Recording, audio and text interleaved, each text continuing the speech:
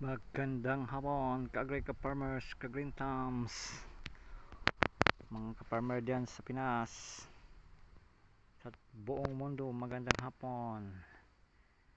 Pakita ko sa inyo ka-agri ang ating harvest ka-agri ngayon, no?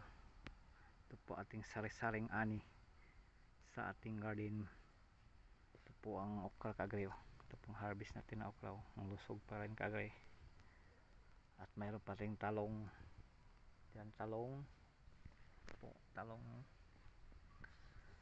May ano pa tayo ka-agri, zucchini natin na harvest ka-agri, oh. Mahigit 2 kilo na itong zucchini ka-agri.